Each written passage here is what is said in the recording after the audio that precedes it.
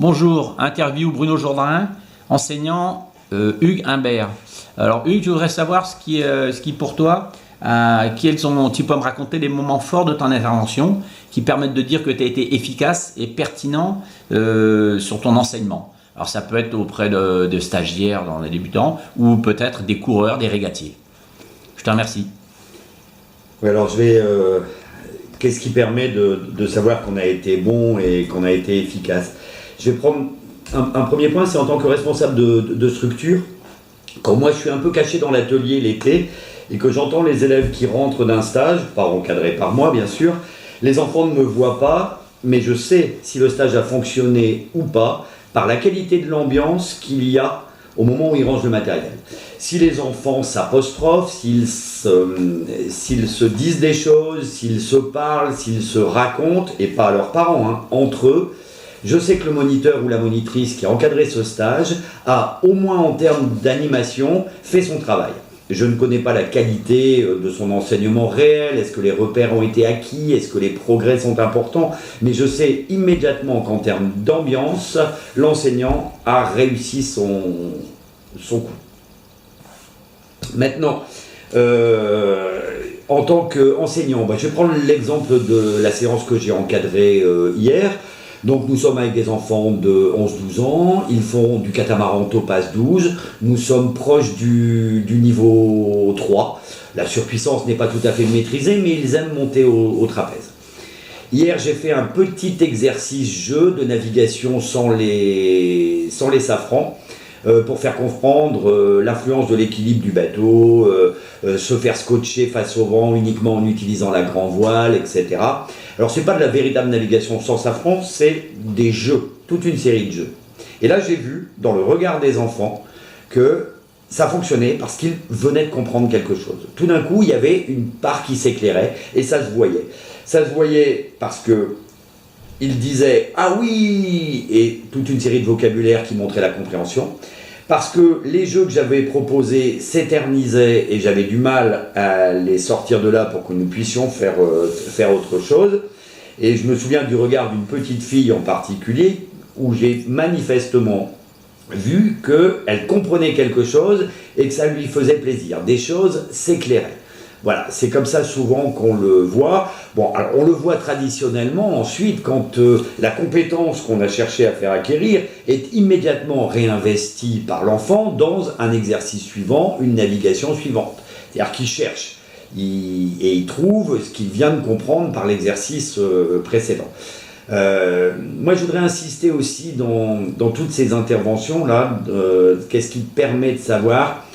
On a une tendance à évacuer, peut-être trop dans les écoles de voile ces derniers temps, tout ce qui est topo, tout ce qui est théorie. Mais moi j'en fais beaucoup, je fais beaucoup de mimes, j'essaie de faire vivre le bateau, j'essaie de faire un tas de petites animations qui aident au topo. On a aussi toutes les animations fédérales qu'on peut obtenir sur le site. Et ça, je suis persuadé que la compréhension intellectuelle des choses fait beaucoup avancer le schmilblick chez les enfants. De temps en temps, il y a besoin de ces étapes de compréhension. Voilà. Ça peut être des sujets qui ne sont pas directement ceux de la navigation. J'ai fait ces jours derniers un topo sur les marées en utilisant un aquarium, un bidon qui est gradué selon les 12e, des petites maquettes de bateaux qui passent sur les cailloux, qui passent pas, etc. On fait toute une série d'animations, de propositions qui font comprendre les choses aux enfants. Ces étapes intellectuelles sont essentielles. Après, si je me situe à grande échelle, à l'échelle de ma carrière, puisque j'ai maintenant 30 ans d'enseignement, qu'est-ce qui me permet de vérifier que les choses ont à peu près fonctionné? Eh ben, c'est la qualité des relations que j'entretiens avec beaucoup de gens que j'ai eus en enseignement. Là, je pense surtout aux moniteurs que j'ai formés, des dizaines de moniteurs que j'ai formés. Je vous disais que dans mes petits topos, j'utilisais beaucoup les mimes. Quand je les rencontre, tous ces moniteurs, anciens moniteurs, ils font encore les mimes, ils m'imitent et se moquent de moi sur tous les mimes que je leur faisais. Ça leur fait des souvenirs sur lesquels ils s'amusent encore, donc c'est que je pense que les choses n'ont pas si mal fonctionné que ça. J'en veux pour preuve aussi, et là à long terme, bien évidemment. J'ai eu la chance d'encadrer toute une équipe de jeunes régatiers dans les années 90, dont certains font des très grandes carrières de marins professionnels, puisqu'il y a eu en premier Jérémy Bayou, et puis aussi un peu Armel.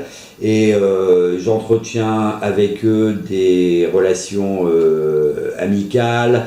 Ils se souviennent, et il n'y a pas que, mais tout ce groupe-là, dont beaucoup sont des professionnels du nautisme dans plein de secteurs différents, ils se souviennent encore de cette période des entraînements. Donc moi, je n'ai jamais été un régatier de haut niveau, donc je n'ai pas une pertinence d'encadrement d'entraîneur par l'hyper-technicité. Mais je pense que dans cette période-là, j'ai su, avec toi Bruno, puisqu'on faisait de temps en temps des stages ensemble, d'encadrement, créer une ambiance et le plaisir de naviguer, et ça, sur le long terme, on voit si les enfants s'en souviennent. C'est une façon transmettre aussi une passion.